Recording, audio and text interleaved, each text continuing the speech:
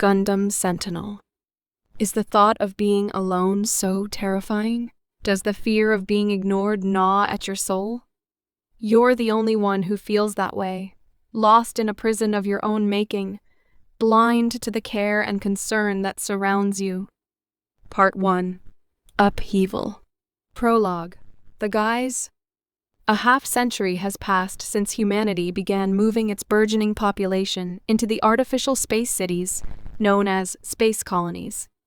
Here, sentiments in favor of independence from Earth arose, exploited by those who harbored ambitions of conquering the Earth sphere, and thus ignited a great tragedy.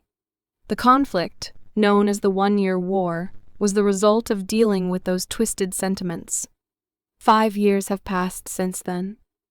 It is now universal century 0085. The unmistakable scent of fresh grass filled the air, a smell so authentic it couldn't be mistaken for the odorless, synthetic vinyl turf that so many people had come to mistake for the real deal. This verdant patch of earth boasted actual soil beneath its roots, a rich blend of brown and black that lent credence to its authenticity. This particular patch of land sat nestled in the corner of a military installation, where 2 men, who appeared to be pilots of Earth Federation Forces mobile suits, lay on the lush, green carpet. Their figures were silhouetted against the towering form of a gym, a massive humanoid combat machine, in the repair bay. Real soil and grass. It's amazing how much recovery has been achieved in just 5 years, marveled Stoll Mannings, his sullen features betraying a hint of awe.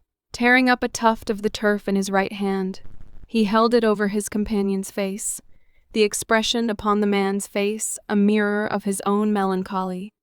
Then, with an uncharacteristic gesture, he scattered the tuft of grass across the man's form. The man with the upside-down triangular face brushed the grass off his face with his hand, and then dramatically sat up, his rigid upper body moving with a flourish. "Sorry, Tosh. Didn't mean to wake you," said Mannings, patting Tosh Cray's hip as he spoke. As he did, grass fell from Cray's pilot suit, tousling his brown hair. "What's the big deal with real soil and grass?" Cray asked, yawning. He looked genuinely annoyed. "Even if you have the real thing, it's still fake as hell here. This tin can will never be a real planet," he scoffed, gesturing toward the horizon. The horizon formed a gentle curve, a city beyond the artificial clouds forming a distant barrier. A giant cylindrical structure floating in the cosmic sea, a space colony. It has been almost half a century since humanity began to live in such a place. This was a space island in the region of space known as Side 1. "Tosh, you're always like that. You're never satisfied unless it's the real thing. Your upcoming transfer is so typical of you," Mannings remarked. "The unit is for bona fide pilots. I thought you'd volunteer too." "The instructor corps?" "I'm not qualified to be an instructor," Mannings said, glancing at his right leg. "Right. I forgot you're still—" "I can't shake the feeling that it's not my leg. It just doesn't feel right. But maybe one day, even this synthetic leg will become the real deal," he mused, causing Cray's expression to darken slightly. "Don't worry. Nothing against you." With synthetic organic components and a mechanical skeleton, his prosthetic leg appeared and functioned like a real human leg. But it wasn't Manning's instead. Painful memories of the 1-Year War 7 years ago came flooding back. "It's thanks to your right leg that I'm still here today. I won't forget that," he said, thinking to himself that his sentiments towards space colonies mirrored those towards Manning's prosthetic leg. Cray felt guilty for Mannings, but he was convinced that imitations lack a soul and could never truly become the real thing. "Stoll, you plan on staying in the military, right?" Cray asked. "Yeah, there's no other job for me. If they relegate me to a desk job, then I'll consider retiring. It's only a matter of time. I'm getting too old to be an active mobile suit pilot. he said with a weak smile. If you ever change your mind, apply for the instructor corps. There's still plenty of work there. Just then, a shrill chirp chimed from the chest pocket of Cray's pilot suit. Damn it. I need to catch the shuttle. I've wasted precious downtime with your somber conversation, he exclaimed. He quickly stood up and, with a wry smile, gave Mannings a quick pat on the shoulder. See you around. He left Mannings alone and headed for the elevator to the spaceport. Their goodbyes were casual, just raising their hands lightly. Neither of them had ever imagined that they would eventually find themselves on opposite sides, or that this would be their final farewell. Thump, thump, thump. The electronic and synthetic sounds imitating getting shot up suddenly blared in the cockpit of the Wyvern spacefighter, forcing Rio Root's gaze to dart around the cockpit. But there was only the infinite expanse of space, as black as his own eyes. You've been shot down, Cadet Roots, came the instructor's voice over a mic, garbled by interference. At the same time, the red text of return to base flashed across the display in front of him. How many times have I told you the cardinal rule of space combat is to find the enemy first? I swear you are dumber than dirt. The ass-chewing came from the instructor's craft as he came up from Root's rear and brought himself in line to his right. Ah, piss off. Mr. High and Mighty, Rio muttered the curse under his breath. He could see the instructor's calm demeanor through the canopy, and that made him feel like he was being mocked. It's not like I died anyway. This ain't no real freaking battle, man. With a jerk to the Wyvern's control stick, Roots forced his fighter into a climb, rolling to the right to take up a position behind the instructor's own. Despite being outside the Earth's atmosphere, the space fighter's maneuver training was modeled after being in the atmosphere. Pew, pew, pew, pew. He mimicked the sound of gunfire like he was shooting the instructor's fighter down. You shouldn't let your guard down, Mr. Instructor. What would you do if the enemy had better ballistic resistance and just pretended to be shot down?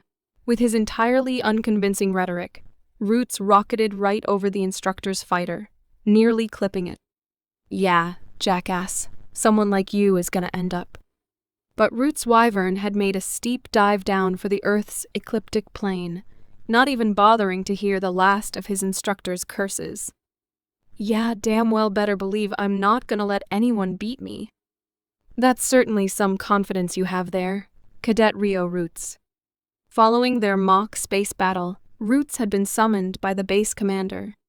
The commander plopped down in a leather chair and glared up at him from beneath furrowed brows, looking up at him like he was every little bit of violent, small-time thug. They were at the Federation Force's 3rd training base on the moon. Look, every society has rules. That's doubly so for an organization like that. Military, and those rules are what govern it. Yes, sir, was his reply, but the 16-year-old boy from a remote space colony at Side 7 thought that those rules were more often than not the result of the selfish logic of adults, or rather, by Earthnoids. The commander tossed a stack of papers onto the oak table, causing them to land with a thwack before he continued. These are your distinguished achievements from over the last year. We have 6 counts of disobeying a superior officer, 2 incidents involving injury, 9 counts of disobeying orders, and as many as 14 counts of disciplinary infractions. If we weren't so short on men everywhere, I would have discharged your ass long ago. The trouble is, your marks from combat training aren't all that bad. Damn near excellent if I'm being honest. The base commander ran a hand over his thinning gray hair. How do I put this? Yes, you're too damn much for one and not enough for two. The military is an organization that is built on teamwork. You'd best remember that. Teamwork my ass. What have you Earthnoids ever done for the pioneering Spacenoids? The only ones we can trust are ourselves. My ass is outta here just as soon as I master mobile suit piloting skills. Begging your pardon, Commander, but I'm aware of at least one instance where a single pilot and a mobile suit influenced the course of a war. I'm confident I could become that good of a pilot, and what it boils down to is you wanting to become a hero even though you lack the ability. The commander interrupted him before continuing. Confidence and a thirst for fame are all well and good, but that alone isn't enough for you to survive a war. Roots felt a tinge of anger after realizing that he'd been seen through. Winning in combat is all that matters. Winning. To hell with being friendly. With Earthnoids. As long as I'm freaking strong, we're golden. Real wars don't even exist nowadays. Yeah, fucking balding bastard. The base commander delivered a swift slap to the defiant Roots, his black hair flailing about wildly. What the hell? Roots asked, recovering and bracing himself as the base commander held out a document to him. Transfer orders. They may say a little nonsense now and then is relished by the wisest men, but I hate every last thing about your rotten disposition. At any rate, you've been assigned to a new post.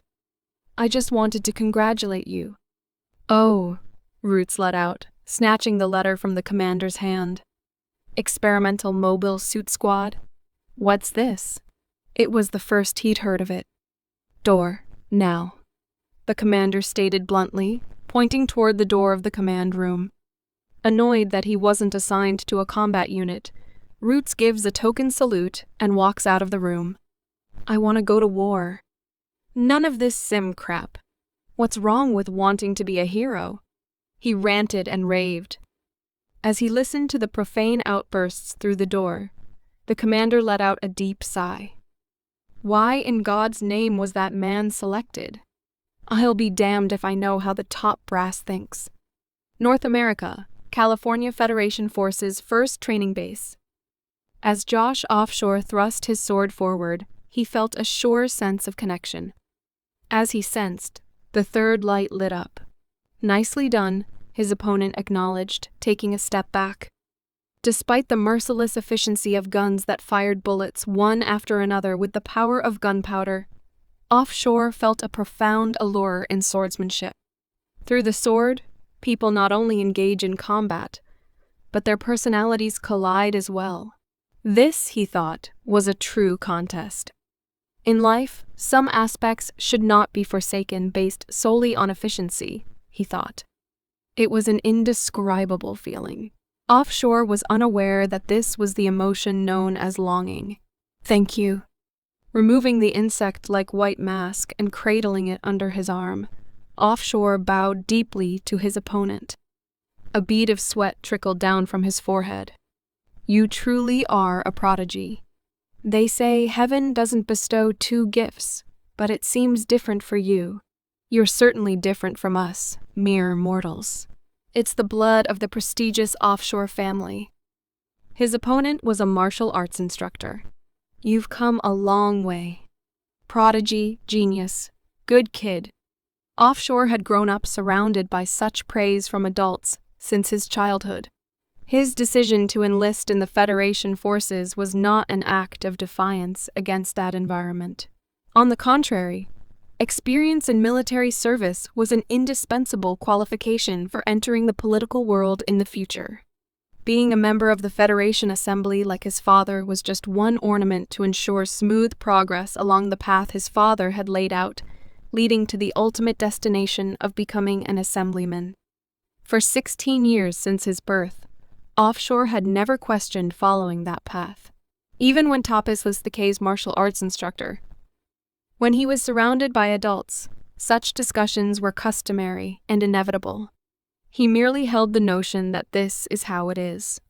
In that sense, his sensitivity had become dulled. I'd like to challenge you again, Offshore said to the instructor before heading towards the locker room. At first glance, the locker room appeared clean, but it was filled with a distinct odor characteristic of youth. Despite the air conditioning, the smell produced by young people could not be eliminated. Inhaling the unpleasant scent created by sweat, dirt, and various secretions, Offshore started changing in front of his locker. A boy from the same group of recruits approached him and, standing next to him, quickly began changing as well. "Josh, have you heard?" "Heard what?" "They're going to announce our assignments tomorrow." "Oh, I know," Offshore replied, slipping his arm through the sleeve of his uniform. "You're so unfazed. I guess it's no big deal when your ideal assignment is pretty much in the bag, thanks to your background." The boy tightened the belt of his uniform pants and carried on. "I mean, it's a different story for you, right? Coming from a wealthy family and all. Your dad will take care of everything, right?"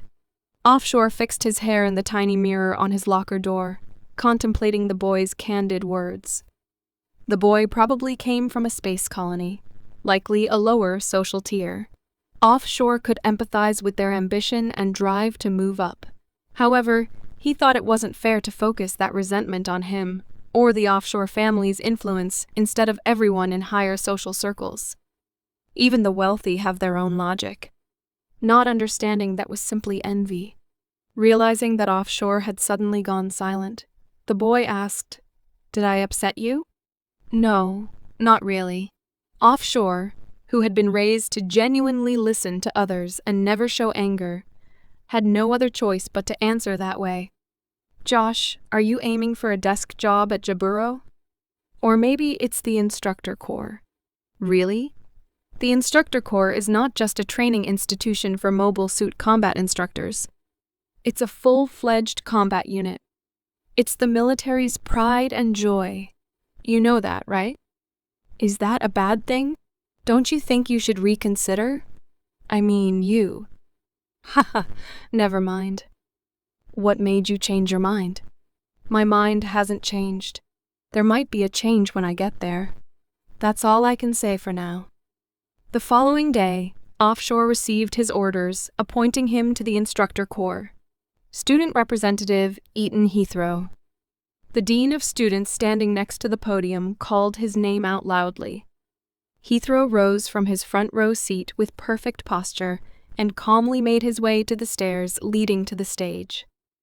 All eyes were on the young man, said to be the top student since the establishment of the Federation Force's high-level military academy. Heathrow climbed the stairs, each step filled with determination. More than half of the candidates who enrolled at the same time as him had dropped out of this advanced education course. Unlike ordinary military academies, the High-Level Military Academy is a school for training senior officers of the Federation Forces. Those who cannot keep up with the demanding educational curriculum are mercilessly weeded out. Naturally, applicants are required to have at least 3 years of military experience as Federation Forces officers. Having cleared such a narrow path at the top, Heathrow undoubtedly has a bright future awaiting him in the Federation Forces. On the stage stood the esteemed headmaster of the military academy, Brian A.E.U.G. Known as the Vulture Admiral, he demanded unconditional surrender from Side 3, the space colonies that attacked the Earth Federation government, under the name of Principality of Zeon during the 1-year war. He was known as an ultra-hawkish soldier who advocated for the mobilization of the entire Federation Forces fleet that had been kept in reserve due to the intentions of high-ranking officials within the Federation government and for the thorough destruction of their enemy. Even without being told, the Admiral's distinct features were apparent in his face. Sunken eyes, aquiline nose, tightly knit mouth, bushy eyebrows, and deep furrows between them, reminiscent of a bird of prey. His appointment as the Academy's headmaster was a thinly veiled demotion, a result of the Federation government's post-war efforts to purge warmongers from active duty units. However, A.E.U.G was no warmonger. He had merely made the natural argument as a soldier during wartime. Those who knew him and his former subordinates still hoped for his return to an active duty unit. The usually stoic man wore a smile today, wrinkles and all. Heathrow arrived in front of A.E.U.G, turned sharply at a right angle, and offered a crisp salute. "Congratulations, Commander Heathrow. I never imagined a green ensign like you would come this far." That green ensign referred to when Heathrow first served on a ship as a Federation Forces officer on the battleship Bull Run, where A.E.U.G was captain. Undoubtedly, A.E.U.G held special feelings for Heathrow, emphasizing the word commander. "Thank you, Admiral. With this, I can finally have my own ship." As Heathrow received his diploma from the smiling Admiral, he realized for the first time how tense and stoic his face had become. When he attempted to force a smile, his face contorted even further. This, in turn, made the Admiral's smile grow even wider. Heathrow felt a touch of awkwardness as he descended the stage, but his heart was already soaring toward a brilliant future. After all, there should be nothing left to hinder his future success. The green mobile suit, known as the A.E.U.G, pierced the inky darkness, spewing a bluish-white flame from its thruster nozzles. Two more A.E.U.G trailed closely behind their leader. The A.E.U.G, an evolution of the versatile Zeonic-Corps mobile suit, employed by the Principality of Zeon during the One-Year War, had been reimagined for the dawn of a new era. Although the mobile suit belonged to the Republic of Zeon, the Federation forces also deployed a small number as simulated enemy aggressor units, bearing a striking resemblance to the Zeonic-Corps. Seeing the Federation's emblem on the A.E.U.G seemed somewhat out of place. Lieutenant Brave Cod, who was in the cockpit of the lead A.E.U.G, deftly rolled the suit to the right, maneuvering its limbs to home in on a colossal floating rock lost in the vacuum. The limbs moved to enable natural attitude control through active mass transfer. In simpler terms, most mobile suits have a humanoid form because the parts corresponding to the arms and legs serve as convenient rudders for controlling the posture of the entire unit by utilizing the property that a part of the unit moves in the opposite direction due to the reaction force. The asteroid Pazun was once home to a secret research facility of the Principality of Zeon.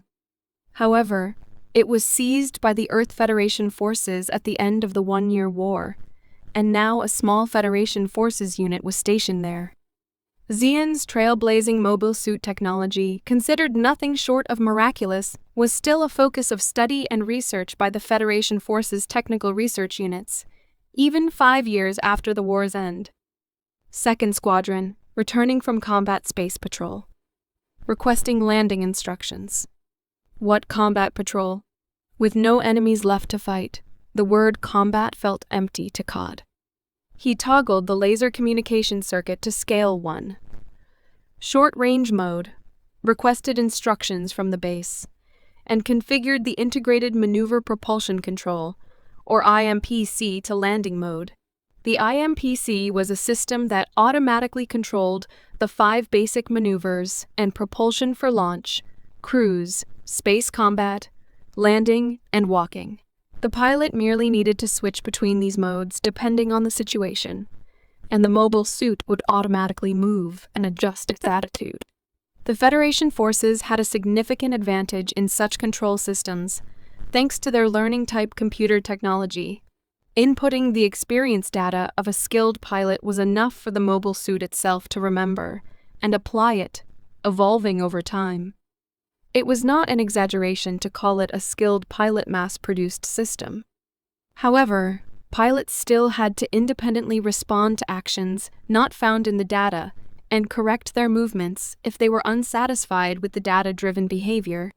As a result, the importance of pilots remained unchanged, but the number of things they had to do significantly decreased. Nevertheless, skilled pilots still needed to supply new data to this system.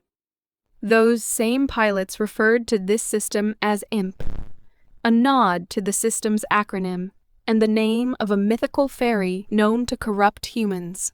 They often regarded it with disdain. Lieutenant Cod was among them. Confirmed. 2nd Squadron, all units. You are cleared for entry from Bay E3. The A.E.U.G circled around to the eastern side of Pazun, using the ecliptic plane as a reference.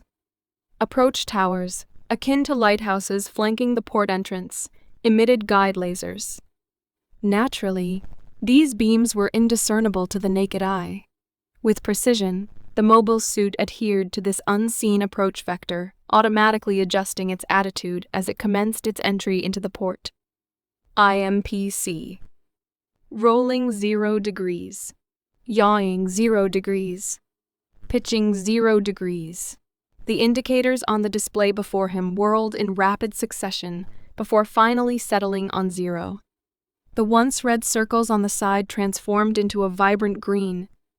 As the reverse thrusters emitted a soft hiss, the mobile suit's speed gradually diminished to a standstill while nearing the port.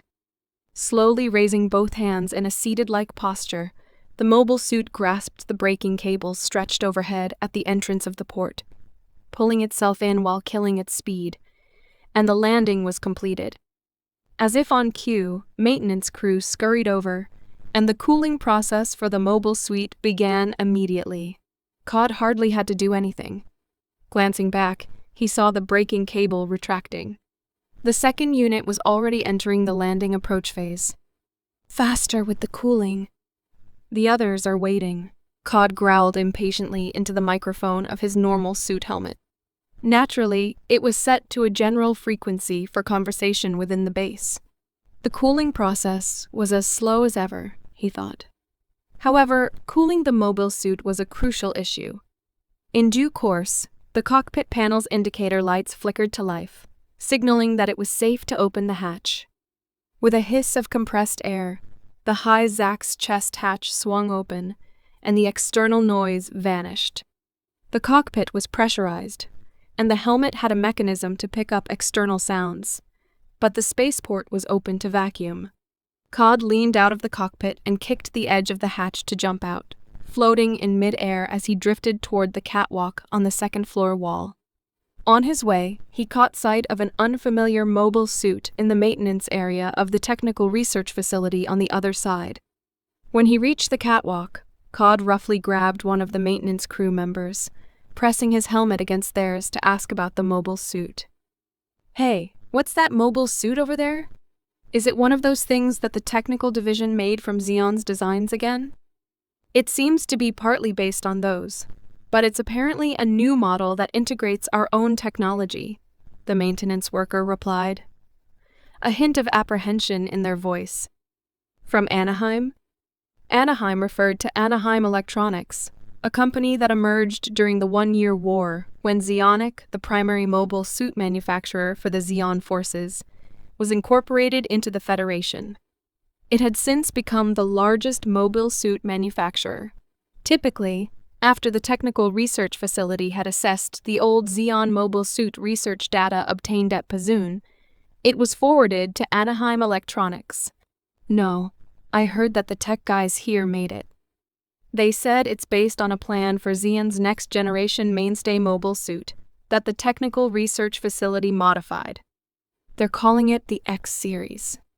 X-Series? Yeah. Unbeknownst to Cod, the new mobile suit was christened ZQ-1. As a pilot, Cod was naturally drawn to any new mobile suit he encountered, an inclination similar to that of a young automobile enthusiast eager to try out a new car or motorcycle upon sighting one. Cod roughly let go of the maintenance worker and headed for the airlock. After completing the pressurization sequence and entering the living quarters, he removed his helmet. Grasping a handle in the corridor, he headed towards the briefing room. A tall man soon appeared from the opposite end of the corridor, whom Cod recognized as Captain Burt, the base commander at Pazun. Cod offered a brief salute and tried to proceed, but the captain unexpectedly halted him.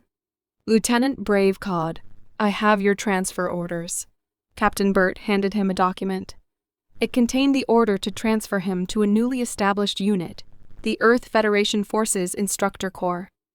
The newly established training unit will be stationed at Pazun as their base. "Still stuck in space, huh?" thought Cod, clicking his tongue in frustration. "I'm sorry, Lieutenant Cod. I'll be returning to Earth before you. After 5 years, I can finally reunite with my wife and children. The new base commander should arrive sometime this week," said the captain, who was originally assigned as the Research and Development Unit commander. "So, does that mean the investigation of Zeon's mobile suit technology is complete? Congratulations. But what a bummer.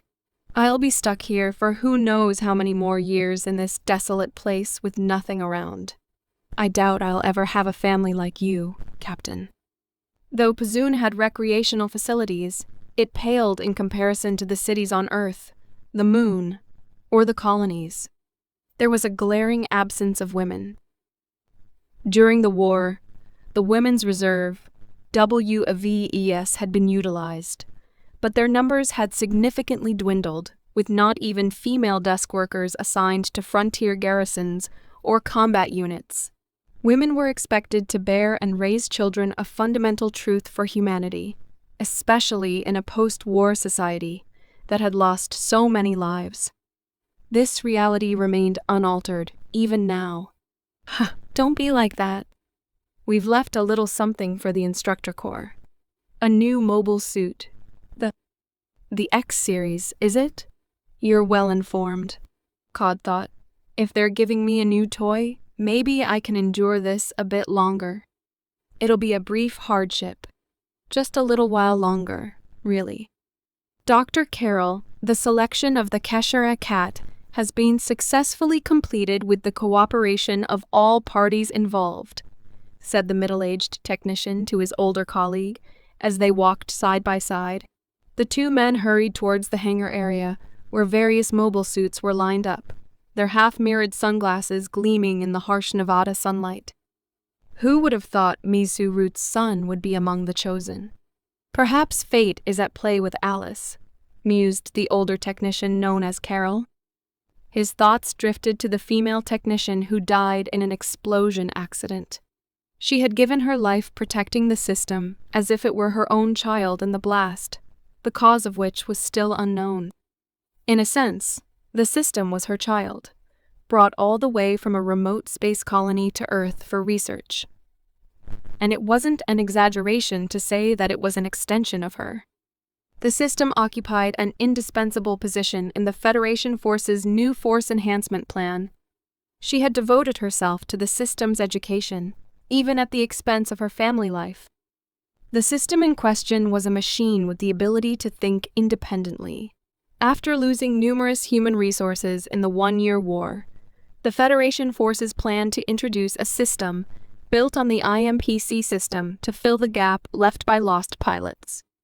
The Advanced Logic and Non-Logic Recognizing Device called ALICE, Advanced Logistic and Inconsequence Cognizing Equipment, enabled the full automation of mobile suits. By connecting this device to a core of standard learning computers, it could perform all combat and mobility tasks autonomously. This would allow for the formation of unmanned mobile suit units, leading to a reduction in personnel. In order to adapt Alice to human logic, someone needed to teach her first. That was her role in providing basic education, which was similar to educating a naive child. Human children, too, rely heavily on their mothers for early education. Fathers become truly essential when children reach adolescence. Consequently, a woman was necessary. Alice was trained as an artificial intelligence for combat. Once she completed her basic education, Alice was, in human terms, entering adolescence. Yes, Alice required a father figure, but not just any father. He had to serve as Alice's lover, brother, and younger sibling, and an irrational entity that couldn't be judged by common sense. In other words, he needed to be a dangerous man, far from the stereotypical male. In simpler terms, Alice needed to become a fine woman capable of understanding a man's whims and offering advice accordingly. Otherwise, she would either become a promiscuous woman who obeys everything the man says, or a self-centered woman who insists only on her own opinions. The irrational man who would bring adolescence to Alice was given the code name Cheshire Cat after a fictional character that appeared in a certain fantasy novel, known for disappearing with a sly grin. Young girls often don't end up with their first loves. Alice was destined from the start to marry the data of expert pilots. Having been nurtured as a fine woman, she was meant to be fed combat experience data from skilled pilots and eventually transforming into a Valkyrie, the goddesses of battle in Norse mythology, said to guide the souls of warriors to Valhalla. However, when Alice reached completion and unmanned weaponry was introduced, massive personnel reductions took place, creating a highly unfavorable situation for high-ranking government and military officials with private armies. Alice had loyalty to the Federation government, but not to individuals. As a result of these personnel reductions, those who relied on the military as the foundation of their political power risked losing everything at once. Various acts of sabotage had been perpetrated against this plan from the beginning. Although the explosion incident was believed to have been orchestrated by them, it was treated as an unknown cause due to insufficient evidence. After all, they skillfully used their political power to prevent being caught. Now, these irrational men had been selected through a mental test conducted throughout the entire Federation forces and assembled here. The group that gathered in front of the hangar looked like nothing more than a bunch of hooligans to Carol. There were 12 of them. Despite the presence of a drill sergeant, a fight had already broken out at the end of the line. "Are you two cocksuckers done?" The drill sergeant stepped between the two brawling young men and punched them both. "What are your names?" As he wiped the blood from the corner of his mouth with the back of his right hand, the black-haired young man replied in a defiant tone. "Rio Roots." "Shin Crypt," said the other. "Hey, listen up. This place is different from the units and training camps you were in before. This is a mental hospital and a correctional facility. Some of you sad sacks might have thought that the experimental MS squad was a practical evaluation unit for new mobile suits. But let me clarify, MS doesn't stand for mobile suit. It stands for Mad Sanatorium. The military has no intention of wasting resources on the likes of you, so you better work to earn your keep. Consider yourselves guinea pigs for human experimentation." Seeing this scene, Carol was truly disappointed. Could they really entrust her to this group of unsavory miscreants? He couldn't believe that the son of Mizu Roots was such a person. Was it because he had no mother when he was young? Carol had heard that his father had died in the 1-year war. It couldn't be ruled out that he had grown up hating the Federation that had taken everything from him. After all, to him, the Federation was the enemy that took everything away. The sergeant continued, "Roots, Crypt. You've disrupted the discipline. Soldiers must maintain discipline. If a superior officer says die, you die. If they say fly, you fly. So, you boys get to spend 3 days in the brig." The pair struggled and tried to escape, but were eventually subdued by the military police, summoned by the sergeant, and taken away. Of course, they didn't forget to shower the sergeant with insults. "The rest of you worthless smegma heads, get back to your cells like good sheeple. In an hour, I'll hold a mission briefing even idiots like you can understand. Dismissed." Alice's future seemed fraught with difficulties. 2 years have passed since then.